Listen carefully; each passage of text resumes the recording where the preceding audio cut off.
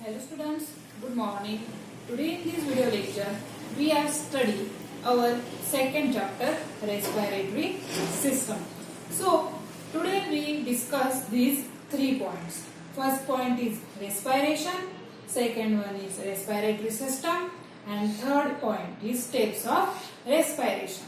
So, we discuss these 3 points one by one. First we see what is meant by respiration. Okay, we discuss about respiration. Today you just think we do one experiment. Hold your finger under your nose. What do you feel on your finger? आप अपना finger आपके नाक के नीचे hold करके रखना है। Hold करने के बाद आपको क्या फील होता है वो आपको देखना है। Have you ever noticed someone breathe? What does the person do? जब कोई ब्रीथ करता है, ओके? रेस्पिरेटरी सिस्टम, उसमें हम रेस्पिरेशन करते हैं। सो रेस्पिरेशन मीन्स ब्रीथ इन करना और ब्रीथ को आउट करना। सो जब कोई पर्सन ब्रीथ करता है, ओके, ही और शी कोई ब्रीथ करता है, तब वो एक तो ब्रीथ इन करता है एंड उसके बाद ब्रीथ आउट करता है। This continues through out the day. ये हम पूरा दिन करते, सिर्फ पूरा दिन ही नहीं, हम throughout the whole life. So पहले हम what is mean by respiration वो देखते, okay. Taking in oxygen from the air and giving out carbon dioxide is called respiration. उसको क्या बोलते हैं? रेस्पिरेशन। उसकी डेफिनेशन राइट करनी है।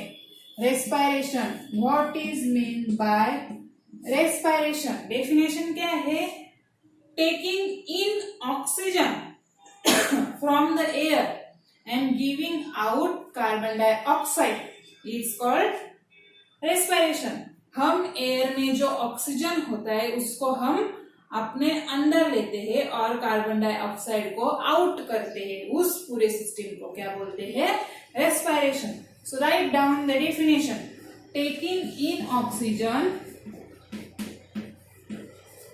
Taking in oxygen from air and out carbon dioxide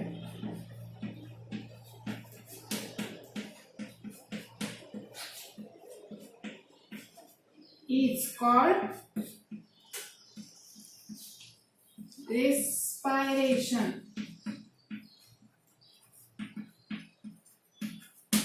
इस प्रोसेस को क्या बोलते हैं? रेस्पिरेशन। उसके बाद हमें देखना है what is mean bye respiratory system. The oxygen the organ system that helps in respiration. अब हमने देखा रेस्पिरेशन मीन्स व्हाट? हम एयर में जो ऑक्सीजन हमको मिलता है, ऑक्सीजन कौन देता है? हमें ट्रीज देते हैं। कौन देता है? ट्रीज। तो वो जो एयर में जो ऑक्सीजन रहता है उसको हम इन करते हैं और कार्बन डाइऑक्साइड को आउट करते हैं। इस प्रोसेस को क्या बोलते हैं? रेस्पिरेशन। अब ये पूरी रेस्पिरेशन जो सिस्टम है, ये जो पूरा रेस्पिरेशन है, उसको करने में जो हमारे शरीर में ऑर्गन्स है, जो हमारे बॉडी में जो ऑर्गन्स है, वो ऑर्गन पूरे ऑर्गन सिस्टम को ऑर्गन सिस्टम रेस्पिरेशन करने में हेल्प करती है। उस पूरे सिस्टम को क्या बोलते हैं? Respiratory system. So definition is the organ system that helps in respiration. The organ system that helps in respiration is called the respiratory system. So ये रेस्पिरेटरी सिस्टम में कौन कौन से ऑर्गन आते हैं? रेस्पिरेटरी सिस्टम में कौन से ऑर्गन आते हैं उसको हमें देखना है। This system has the following part.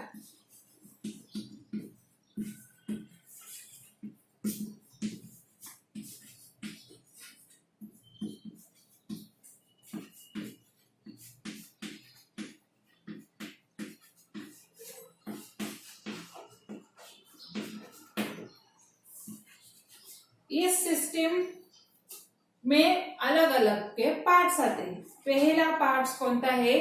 Is a nose. First part is nose. A nose with a pair of openings called nostrils.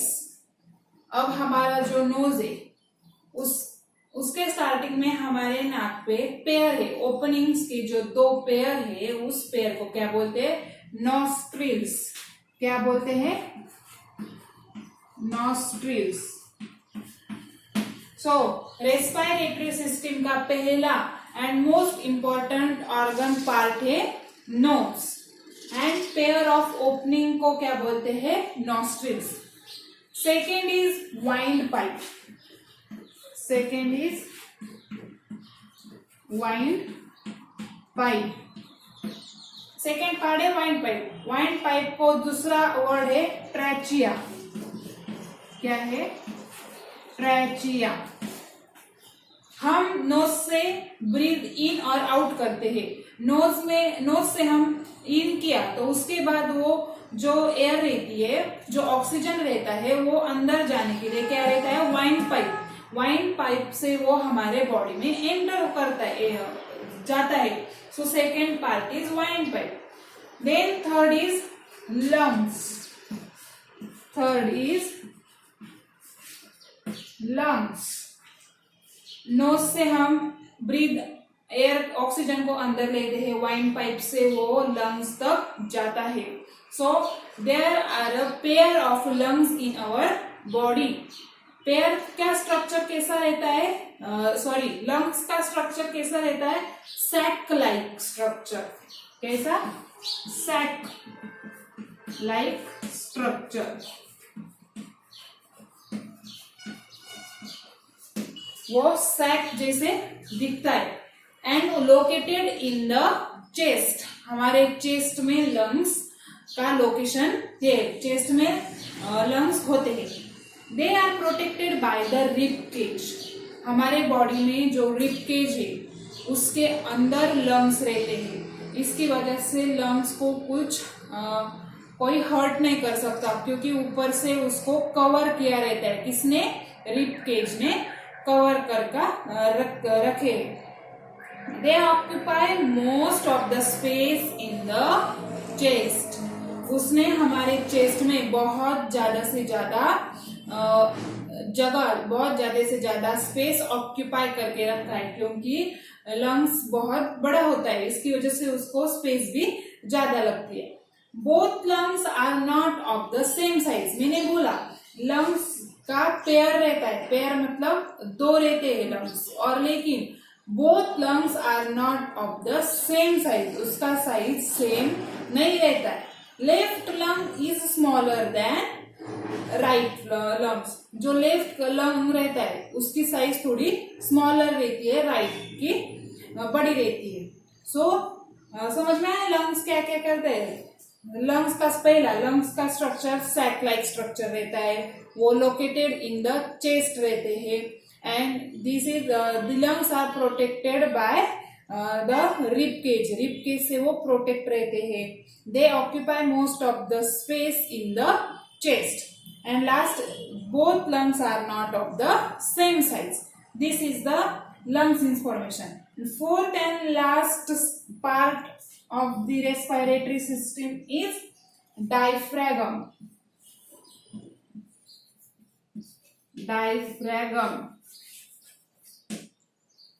अब पहला nose, second windpipe, third lungs, और लंग्स के नीचे हमारे बॉडी में डायफ्रागम रहता है और उसको इलास्टिक डायफ्रागम बोलते हैं। इलास्टिक क्यों बोलते हैं? उसका शेप चेंज होता रहता है, इसलिए उसको इलास्टिक डायफ्रागम कहते हैं। अब उसका शेप कैसा चेंज होता है वो तो मैं बताऊंगी, लेकिन उसके पहले it is a dome like muscle below the lungs. Dome like क्यों बोला उसको? उसका शेप डोम के जैसे होता रहता है, उसके लिए उसको डोम लाइक मसल बोलते हैं। और वो बिलो द लंग्स, मैंने बोला लंग्स के नीचे वो डायफ्रागम रहता है। It separates the lungs from the stomach and intestine. हमारा जो स्टमक और स्टमक में जो इंटेस्टाइन है, small intestine and large intestine, उसको वो लंग्स एंड स्टमक को वो सेपरेट करके रखता है डायफ्रागम। इन दोनों के बीच में वो डायफ्रागम रहता है। सो जब हम ब्रीथ को इन करते हैं, ब्रीथ को क्या करते हैं, इन करते हैं, तब उस डायफ्रागम का शेप स्ट्रेट रहता है। कैसा रहता है? स्ट्रेट। जब हम ब्रीथ इन करते हैं, ब्रीथ इन करते हैं,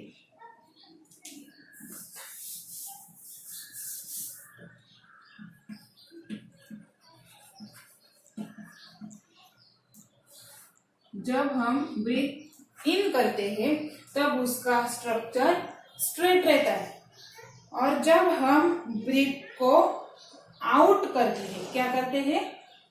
आउट करते हैं, तब उसका स्ट्रक्चर डोम लाइक हो जाता है। कैसा हो जाता है? डोम लाइक। वो ऊपर की तरफ होता है, इसके लिए उसको क्या बोलते हैं? डोम लाइक मसल्स। क्या बोलते हैं? डोम लाइक मसल्स। तो उसको बोलते हैं इलास्टिक डायफ्रागम। तो समझ में आया? There are 4 parts of the respiratory system: nose, wind pipe, lungs and diaphragm. Okay. Then जो मैंने थर्ड स्टेप बताया था वो क्या था? Steps of respiration.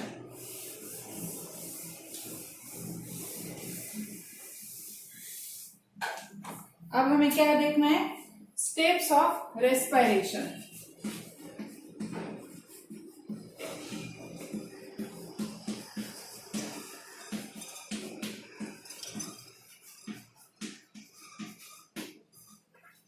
अब there are 2 steps of respiration. How many? 2 steps of respiration. So first step is breathing in. Breathing in. And second step is breathing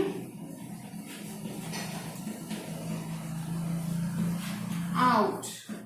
Second step is breathing out. There are 2 main steps of respiration: breathing in and breathing out. Breathing in को दूसरा word है, उसको और क्या बोलते हैं? Inhale. क्या बोलते हैं? इनहेल। एंड ब्रीदिंग आउट को क्या बोलते हैं? एक्सहेल। सो मैंने चैप्टर स्टार्ट करते समय आपको एक क्वेश्चन पूछा था, क्या आपको आपका फिंगर नोज के नीचे होल्ड करके रखना है तो आपको क्या फील होता है? किया ट्राई आपने? सो हम ब्रीथ इन करते हैं और ब्रीथ आउट करते हैं तो हमें उस फिंगर पे वो फील होता है। ओके। तो ब्रीथ कंटिन्यूअस हम ब्रीथ इन और ब्रीथ आउट करते हैं तो आपको फिंगर पे फील होता है। सो जब हम ब्रीथ इन करते हैं, उसको दूसरा क्या वर्ड लिखा है मैंने? इनहेल। क्या लिखा है? Inhale.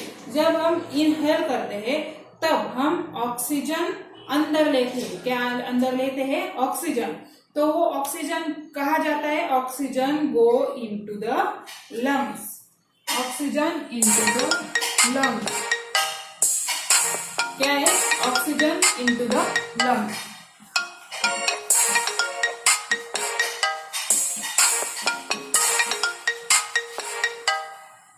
Oxygen into lungs. And जब हम एक्सहेल करते हैं तब carbon dioxide from the lungs.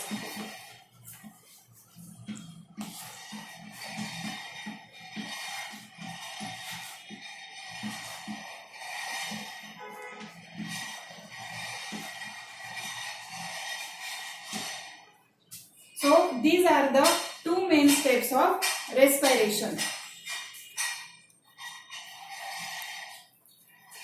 These are the 2 main steps of respiration: inhale and exhale. तो समझ में आया? इनहेल में ऑक्सीजन हम इन करते हैं, वो लंग्स में जाता है, एंड ब्रीथ आउट एग्जिट के समय हम कार्बन डाइऑक्साइड लंग्स में से निकाल के बाहर कर देते हैं. So the diaphragm has an important role. So इस पूरे प्रोसेस में जो डायफ्रागम मैंने बताया, डायफ्रागम कहाँ रहता है, लंग्स के नीचे. तो इस पूरे प्रोसेस में डायफ्रागम का रोल बहुत इंपॉर्टेंट रहता है. Breathing in and breathing out happen due to the up and down movement of the diaphragm. मैंने पहले डायग्राम में निकाल के आपको दिखाई कि जब हम इन करते हैं तो डायफ्रागम का शेप कैसा रहता है, जब हम ब्रीद आउट करते हैं तो डायफ्रागम का शेप कैसा रहता है.